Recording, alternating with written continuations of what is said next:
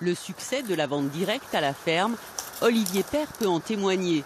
Même en hiver, ces légumes s'arrachent. Et pas seulement les côtes de bêtes.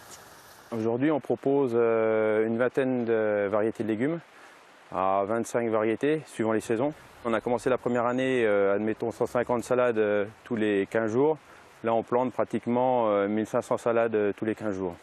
Et en niveau poireaux, on part de 5000 poireaux la première année à l'année prochaine pratiquement 30 000. Les surfaces de maraîchage sont passées de 1 à 7 hectares en seulement 3 ans pour répondre à la demande. Pour que l'affaire soit rentable, il fallait 100 clients par semaine. Olivier Père en accueille aujourd'hui 450 en moyenne et plus de 1000 en été au moment des cueillettes de fruits. Des clients qui viennent tous pour les mêmes raisons. Il y a beaucoup de choses. Je suis moi-même jardinière et quand j'ai plus de légumes, je viens ici. C'est la meilleure solution, oui. On sait que c'est frais, voilà, c'est très bien. C'est des produits où elle a du terroir. Et puis ça fait bosser aussi les agriculteurs qui ont du mal en ce moment. Donc c'est tout bénéfice. Ça n'est pas Olivier qui démentirait, lui qui s'est tourné vers le maraîchage pour faire vivre son exploitation. Le fait est qu'on avait 2 années mauvaises en grande culture, donc tout ce qui est céréales.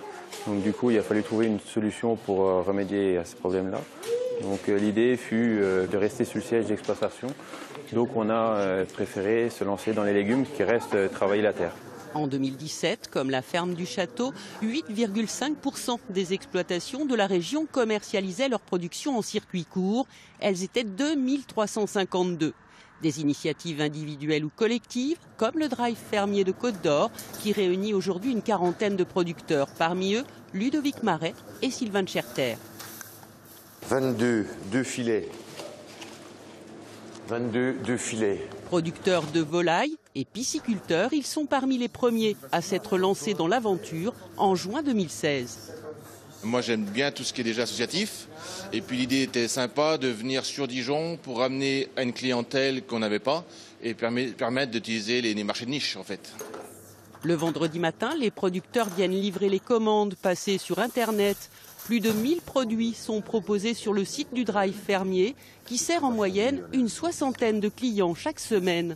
S'ils viennent depuis 2 ans tous les vendredis, c'est-à-dire qu'ils y retrouvent un intérêt de qualité, de prix rémunérateur pour nos fermes. On n'a aucune prétention de pouvoir alimenter plus qu'on devrait, parce qu'après on va basculer dans le volume et aujourd'hui on privilégie la qualité par rapport à la quantité.